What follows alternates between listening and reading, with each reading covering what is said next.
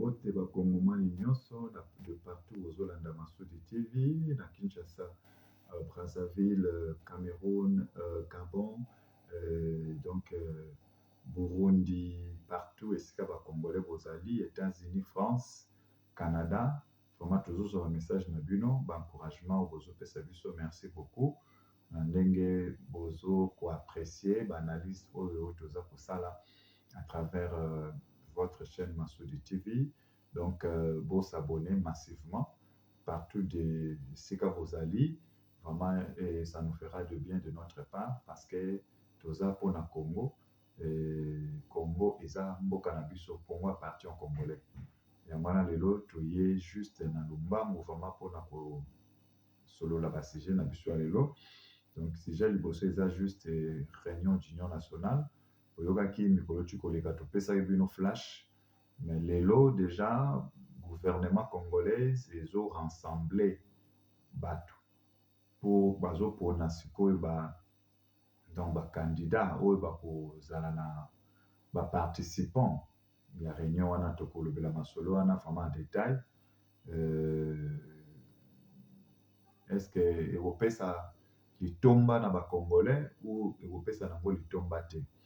Tolobela yango vraiment na molai nyonso mpe na mokuse. Et puis Benina koboyokaki akangamaki bazwaki ye na bambeba oyo boyebi, mais balibere ye, tokoflashe bino mpe détail wana. Et puis toza koinforme bino FBI, organisation wana oyo ezalaka na États-Unis, oyo eza lokola ANR ya États-Unis. Donc, bazwaki mibeko na gouvernement ya Trump, banda kotaki na pouvoir. Vous se rappelez, Nicolas Tukoleka, Trump a kwesi mibeko alobi. Vraiment, cette fois-ci, il faut akanga bambongo nyonso ya ba-africain Panther, ba-président Panther, ministre Panther, bongo bakenda kobomba kuna na États-Unis. Donc, bakozwa yango te. Alors, lelo, toyeli bino ba matière, parce que biso toyaka vraiment na ba levure te, toyaka na ba matière oyo ezali ya solo. Donc tokolakisa bino noir et blanc, bato oyo bambongo oyo bayibaka na Afrique to na RDC en particulier oyo bakenda kotia na États-Unis, tokotangela bino na bakombo ya bato wana parce que awa tolobaka mpwasa. Donc tokotalisa bino na détail ndenge nini Trump akangi bambongo na bango mpe na bamontant ya mbongo. Et puis awa tozosolola donc gouvernement ya Belgique bazwi mikano ya kosunga RDC. Donc batindelaki RDC sans trône mpona kosunga RDC na mikakatano ezoleka pour le moment. Alors tokotalisa bino un peu à détail et mpona rapport nini oyo ekozala, suite nini ekozala entre Rwanda na Belgique, parce que mikolo eti koleka bomonaki baambassadeur belge balongolaki ye badeportaki ye donc na Belgique, et puis oyo azalaki mpe na Belgique azongaki na Rwanda. Donc makambo ezononga kuna makasi vraiment. Et puis tozorapele bino encore que na minute oyo tozosolola awa Belgique azo renforcer vraiment RDC vraiment azo renforcer yango. En tout cas tozo sepela makasi mingi na ndenge ba Belgique atelemi mpona ko renforcer. Mais boyebi émission na bino avant tokota na makambo nyonso vraiment tosengaka toujours loyembo moko ebetela biso awa, comme ça tokokota mpo todévelopper na kimia nyonso. Donc cantique moko koyembama ya Nzambe toujours ale moloto afin que ekotisa biso na badétail nyonso oyo tokolobela lelo, parce que tout ce qui respire loue l'Éternel, c'est-à-dire Nzambe nde moto apesaka inspiration, Nzambe nde moto apesaka makambo nyonso. Atozoteka nguba mama tya Nzambe liboso, atozoteka makala tya Nzambe liboso, atozoteka pilipili luka pilipili wana Nzambe azala liboso mpo etambola malamu. Yango wana régie ekoshela biso cantique moko ya Alain Moloto. Allez.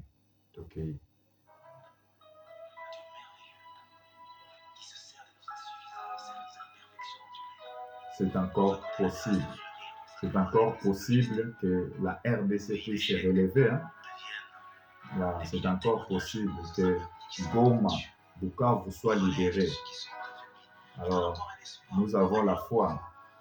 Donc, c'est ça. Rassembler les cœurs, il fait tout ce qu'il faut pour que notre joie soit parfaite. Voilà pourquoi il a dit demandez afin que votre joie soit parfaite.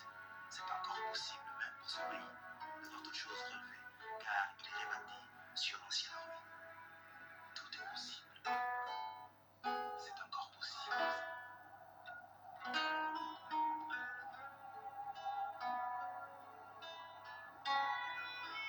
C'est encore possible que la RDC soit relevée pour qu'on puisse gagner cette bataille. Hein? La bataille. C'est encore possible de vivre la capacité de reprendre force, évitant la main cachée. C'est possible de voir fleurir l'amour cassé. Tout est possible à celui qui croit. C'est encore possible. C'est possible de retrouver la joie brisée. Oui, c'est encore possible. Oublier la honte et les souffrances, les droits lésés.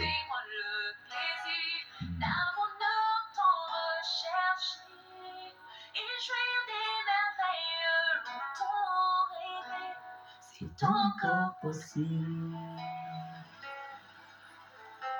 C'est encore possible de tout refaire. C'est encore possible de tout refaire au Congo.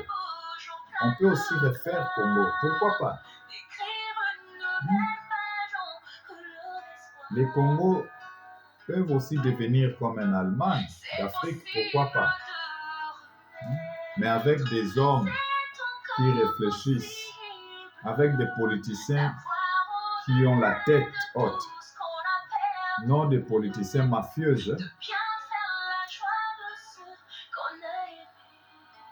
Non des politiciens panthères.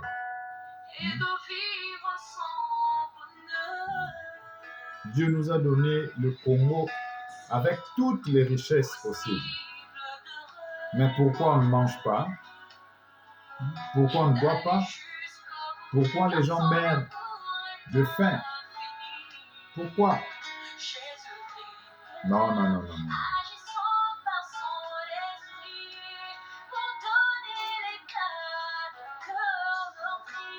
C'est encore possible. C'est encore possible.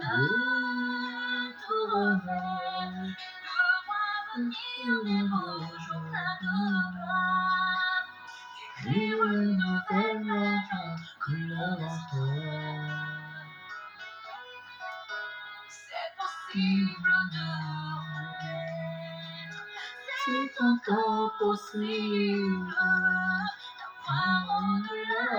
Tout ce qu'on a perdu. Depuis la joie qu'on a eue. Et de vivre sans bonheur.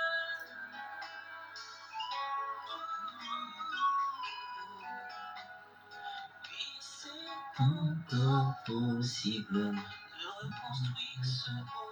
Mais oui, c'est encore possible de construire ce beau pays. Congo, c'est un beau pays. Mais avec les gens mafieuses, on ne peut jamais construire ce beau pays. Oh, Congo, mon pays. C'est pas possible. Mon pays manque de chrétiens, manque de politiciens pour construire. Mais comment? Mais au Congo, il y a tant de chrétiens. Les gens qui se disent nous prions, et ces gens font aussi des politiques, sont dans des parlements, Ils sont des députés, des ambassadeurs, des ministres. Mais vous êtes incapables de changer le Congo. Comment?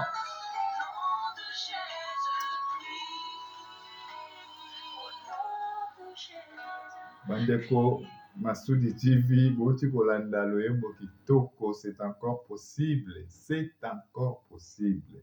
Mais qu'est-ce qui ne va pas na mboka na biso Congo? Congo yo soki nzambe te nde mboka eza te. Tala mboka basi bateka. Mboka basi bateka kala. Lelo oyo tozomona yango Goma ekei. Lelo ba rebelle bamekaki bazwa une partie encore. Gloire à Dieu na ba wazalendo ndenge ba repousser bango ba récupérer partie oyo rebelle alingaki abotola. Vraiment bandeko, c'est encore possible mboka na biso wana etombwama, mais na ba politiciens nini? Parce que na mboka nyonso nzambe atiaka mibeko, atie basali na nzambe, atie pe ba politiciens pour ba diriger mboka. En quelque sorte, ba politiciens baza pe lokola basali oyo bazo servir nzambe, mais bazo servir peuple. Mais ceux qui va servir nzambe na ndenge ya kimia, nzambe ako sepela pe na bango. Mais ceux qui va servir nzambe na ndenge ya mabe, nzambe ako sepela na bango te. Mais alors, ba serviteur nini o bazo servir mboka? Yango wana tokozwa directement nde tote koloba. Nikolo te koloba tutalisaki bino. Trump azwi loi ya sika akitisi na mesa. Afin que ba politiciens nyonso bayibaka na Congo, bambongo nyonso wana esengeli etikala na États-Unis. Alors, lelo toyeli bino ba news ya sika. News ya sika ezali nini? FBI. FBI ezali organisation moko ya monene na États-Unis, eza lokola ANR. Baye ko bimisa ba kombo ya ba politiciens na ba ministres na d'autres présidents. Bambongo bayibaka na Afrique po bakende kobomba na États-Unis. Mibeko ekwei bambongo wana bakotikalaka lisusu kozwa yango te. Yango wana tokotangela bino mwa mbangu na ndenge komami. Alors balobi boy urgent RDC. La publication par la FBI des personnes sanguinaires de l'économie congolaise et les milliardaires congolais et rwandais bloqués par FBI. Donc cela signifie ba millionnaires congolais na ba rwandais, ba millionnaires rwandais. Parce que ba rwandais ba comme ba millionnaires na mbongo RDC. Bazoyiba ba diamant na Congo, bazoyiba coltan, bazoyiba tout ba comme ba millionnaires. Mais bazo sala nini? Mbongo nyonso wana na ba millionnaires ba congolais bazokende bombango na États-Unis. Alors Trump azwaki mokano ese bimi basi bachango na batapango bien na papier bakotikalaka kozwa mbongo wana te. Pe abengani bana ba président nyonso batangaka na États-Unis alobi baya kotangela na Afrique. Pona nini? Parce que comment expliquer bino boza ba président bozo bongisa olebo bongisa Afrique ekende liboso, mais bambongo nyonso bozo yiba bozo tika Afrique full, bozo tika Afrique na bangongi, bozo tika mboka na salité, bozo kende kotongaka na États-Unis pe bozo kende bomba mbongo na États-Unis. Alors vraiment politique ya Trump vraiment eza politique moko superbe. Vraiment il faut nzambe bakisela Trump mikolo parce que eloko aza kosala aza koéduquer d'abord ba président africain et particulièrement nos politiciens, parce que les politiciens na biso ce sont des fantômes. Ce sont des fantômes au bazo kozwaka mbongo ya Congo bakenda kobomba na ba pays étrangers.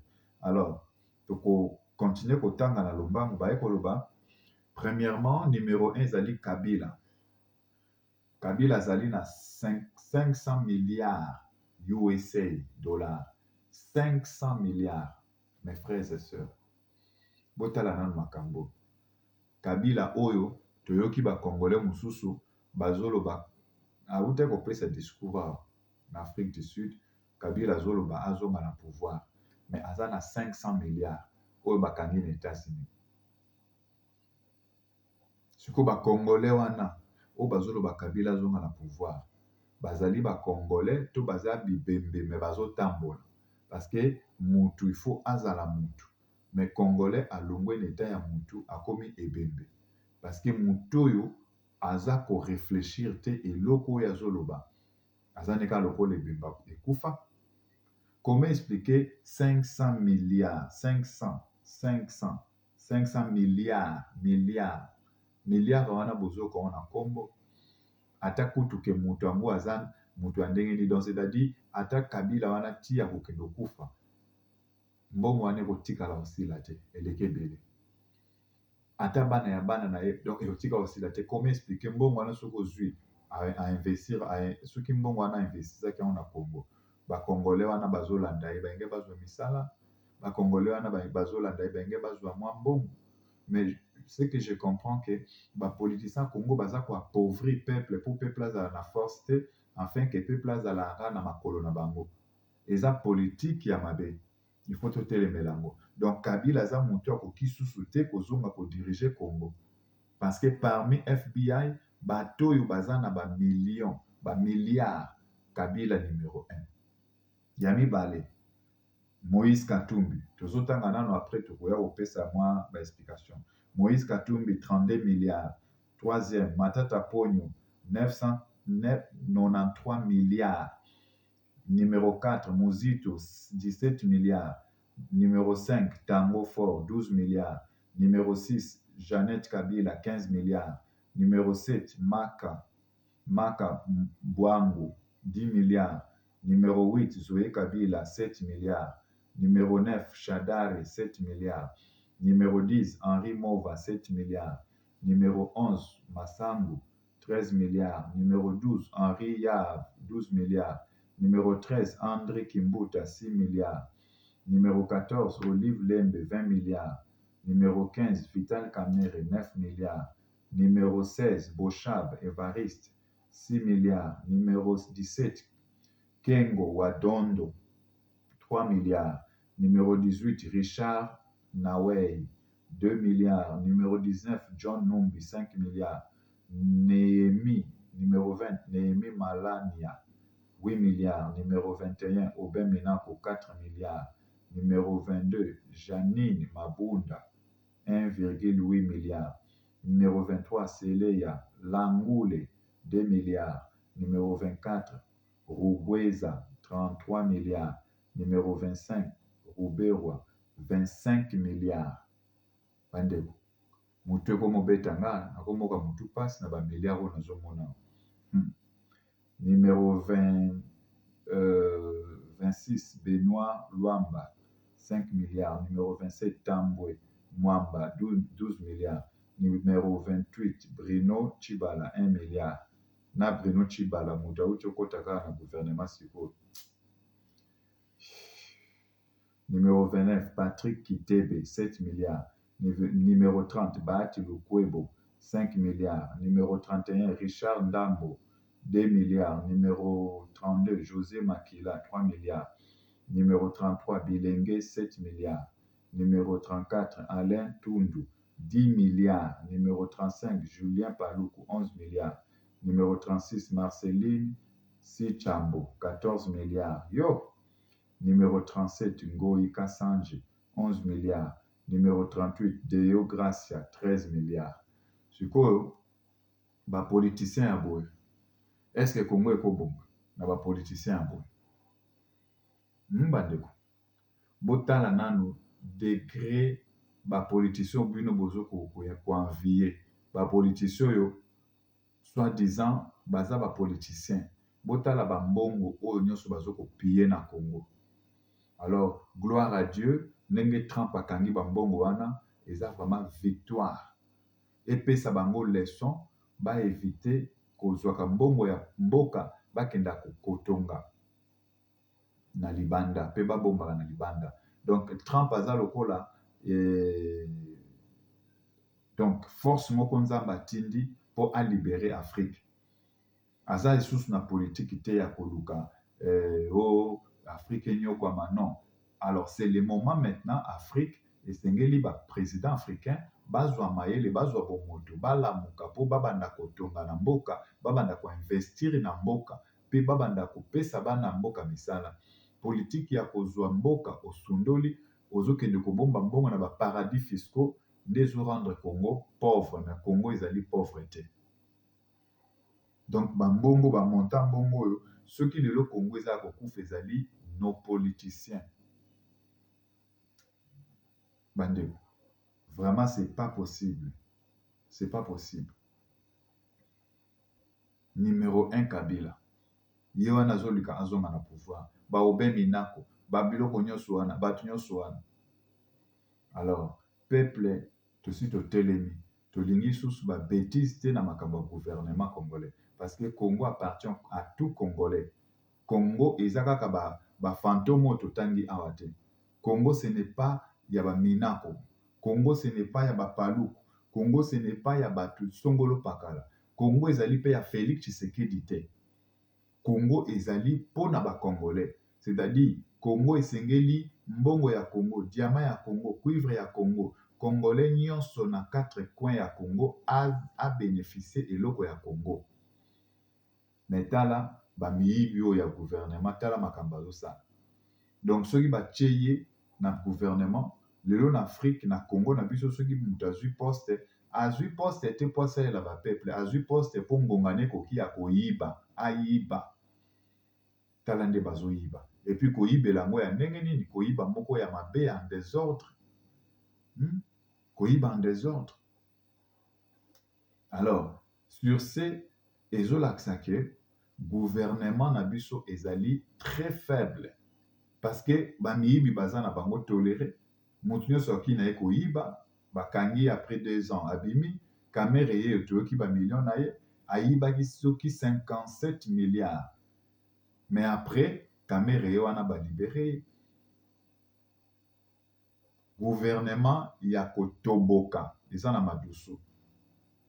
Alors na gouvernement ya boye peuple akoki koespérer eloko moko te. Na gouvernement ya boye peuple akoki koespérer eloko moko te. Yango wana tozosenga na gouvernement na biso pour peuple à se retrouver. Je dis bien pour peuple à se retrouver. Il faut à réduire train de vie à vos politiciens. Tu vois qui président ça qui discours ou à réduire train de vie à vos politiciens. Baye biso publiquement na TV. Débuter comme il salaire combien? Comment expliquer débuter à un salaire même à table pour réduire, n'habiter pour réduire on a combien ça qui soit disant 18 000 rand, 18 000 dollars. Et comme combien 15 000 et comme 10 000 et ça a ébélé et comme 7 000 et ça a ébélé. Il faut les lots politiques au ekoya na Congo et inisa batu comme ba débuter. C'est-à-dire bat ça la constitution débuter nyonso débuter salaire ya débuter et comme on a 1000 dollars. Bokomona ceux qui batu ba dessous na politique basala ba débitation. Donc il faut politique moko esengele kota ba pesa batu dégoût ya kokoma ministre ba pesa batu ba dégoût ya kokoma ba débuter parce que lelo tout le monde na Congo alingaka ça la politique parce que esika wana nde ba yibaka esika wana nde ba bomaka esika wana nde ba kabolaka. Alors politique wana ezali politique ya mabe. Bota la politique chinoise. Na politique chinoise, mutu soka yibi ata 1000 dollars, ministre yibi 1000 dollars, ba pendre ye ba bomi ye ba bambe mabanga. Donc, loi na Chine est à exercer. Mais na Congo, il n'y a pas la loi. La loi existe, mais la loi ne fait rien. La loi est faible. Bato esengela qui va faire appliquer la loi, tout le monde corrompu. Yamana makambo ezali kobeba. Yamana tosengi na gouvernement na biso, il faut vraiment voter loi. Loi wane kozala voter, bayebisa biso salaire à débuter kozala combien. Mais elle est qu'à 3 000 dollars te na débuter. Eza na C ya 3 000 dollars. Comme ça, bokomona batu bako négliger kokoma ba débuter. Alors batu bako mipesa na ba domaine mususu ekoki kopesa batu solution na makambo mususu mboka. Parce que na mboka mobimba ba nyonso bakokoma ka ba débuter te. Soki ba nyonso na mboka bazoinga bakoma ba débuter komi mboka ba miyibi. na ya baassassin me tolingi mboka ya lolenge wana te. Ok, toleki na news na biso ya mibale. Belgique, boyokaki Belgique aza kondongana na Rwanda. Problème ya Belgique en réalité ezali nini? Bomoni Belgique nde bakolonisaka biso Congolais. Roi belge azwaki Congo. Mais makambo ezoleka entre Rwanda, ndenge Rwanda azolinga bapesa ye Goma na Bukavu na Est nyonso. Bango quand même bakoki kolinga yango te. Parce que bango baza pe na baintérêt na Congo. Donc awa sikoyo guerre ekomi guerre ya baintérêt. Alors, qu'est-ce qui va se passer? Belgique aza soumise ya protéger Congo. Pourquoi na minute oyo? Parce que akoki kotika gâteau na ye ekende na Rwanda te. C'est l'une des raisons. Je vous informe na minute oyo Belgique azo sapoter RDC sans vraiment inquiétude ya makasi. Donc tokopesa mwa news moke tokotalisa bino ndenge makambo ezokende awa. Rupture franche et déception amère. Nous venons d'apprendre que la Belgique lève le voile sur l'ingratitude rwandaise dans la guerre du Congo en octroyant à la RDC plus de 100 drones. Après des décennies de soutien, parfois inconditionnel, envers le Rwanda, la Belgique se dresse aujourd'hui implacablement contre le Rwanda, un allié devenu, à ses yeux, un paria régional. L'heure est grave pour le Rwanda et la fin du M23 est annoncée. Fini le temps des nuances diplomatiques, place à l'action concrète. C'est une bonne nouvelle pour Kinshasa car Bruxelles déploie un arsenal technologique sans précédent, fournissant à l'armée congolaise plus de 100 drones de surveillance et de combat, un soutien massif destiné à démanteler non seulement les dernières poches de résistance du M23 et l'armée rwandaise en République démocratique du Congo, mais aussi et surtout à contrer l'armée rwandaise qui, avec arrogance, continue à violer la souveraineté congolaise et les droits humains. Bien sûr, pour l'Occident, ce sont les intérêts qui comptent, or le Rwanda a oublié qu'il n'a rien à offrir à la Belgique. Cette démonstration de force belge est d'autant plus significative qu'elle intervient après ce que Bruxelles considère comme une faute impardonnable de Kigali de s'être détaché de son ancien tuteur, en tournant le dos à une Belgique qui a pourtant façonné l'identité rwandaise, colonisé ses terres et malgré un passé colonial sombre, continué à investir et à soutenir le développement de ce petit pays pauvre aux 1000 collines. Pire encore, il est connu que Kigali est sous la houlette de dirigeants jugés barbares par tous les dirigeants de la région des Grands Lacs et les diplomates variés. L'onde de choc est telle que même les États-Unis, traditionnellement plus mesurés, semblent désormais aussi prêts à se joindre à la manœuvre, vu la multiplication des rencontres de l'administration Trump dans la région. Certains évoquent l'envoi de leur propre arsenal pour participer à cette opération de balayage des barbares sur le sol congolais. Dans cette nouvelle configuration géopolitique, le Burundi, qui a fait le choix audacieux de soutenir la RDC face au M23 et l'ingérence du Rwanda aux voisins, apparaît maintenant indirectement vainqueur. C'est effectivement un ouf de soulagement, vu que Bujumbura se sentait menacé par l'ombre grandissante du M23 et ses alliés. Cette alliance internationale contre Kigali donne l'espoir d'une éradication définitive de cette menace, mais entre-temps, le Burundi est conseillé de rester vigilant car Dieu est à l'œuvre. L'étau se resserre autour du M23 et de ses soutiens supposés. Une page se tourne et elle s'annonce sombre pour Kigali. Attendons voir.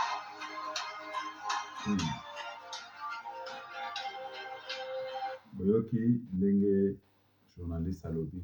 Dans la minute oyo ekomi sikoyo guerre yaba intérêt parce que Belgique akoki kotika te gâteau na ye ekende pa ya Rwanda. C'est l'une des raisons. Apesi RDC 100 trônes. Au-delà de 100 trônes, bapesi RDC aussi munitions mosusu. Alors tozoko pesa Belgique merci. Il faut encourager Belgique na initiation azui pour aider RDC, vraiment coup de chapeau. Donc cela signifie quelque part ya balobaka makambo mosusu ezaka makambo nzambe ye moko azokotisa mwa confusion de part et d'autre afin que RDC ezala soutenu. Et puis na côté mosusu Burundi aza kosapote RDC parce que président aza na Burundi bazaka vraiment koyokana mingi te na président ya Rwanda pamba te comprendre politique ya Kagame ezali politique ya imatuti balingi basilisa Hutu afin que batuti empire imatuti et neutraliser Afrique mobimba. Donc pour bango il faut empire imatuti et dominer. Alors il faut qu'on soit très vigilant pour téléma toujours ensemble Congolais pour dénoncer les œuvres nyonso ya Kagame oyo et monani poissa na Afrique Afrique mobimba, donc Afrique australe, Afrique orientale, Afrique, donc toute l'Afrique. Dans les Rwanda makambo nyonso asalaka ya mabe vraiment ebimi poissa, vraiment toza ko encourager vraiment initiation wana ndenge vraiment baza ko supporter RDC vraiment to sepeli na initiation wana vraiment nzambe vraiment il faut apambola bango vraiment na ndenge ya kimia. Et puis bandeko na ngai biso na Congo pona biso tolingi makambo ekende na ndenge esengeli, tolingi makambo ya nyamu te. Yango wana troisième sujet na biso tokosolola ezali organisation ya gouvernement ndenge aza kosorganize mpona mikoleko ya baathlète oyo bakosala na l'union nationale oyo bazokoprépare. Alors na tokoloba boye parce que en réalité l'union nationale, gouvernement d'union nationale tolobaki yango na ebandeli ezali mabe te, mais toujours se poser la question président tiki union sacrée ake kosala union nationale. Sikoyo mes frères et sœurs totuna nanu question moko, supposé soki nazalaki premier ya Félix Antoine président na biso tolingaka mingi, soki nazali pembeni na ye na ngai natuna na question sikoyo selon Félix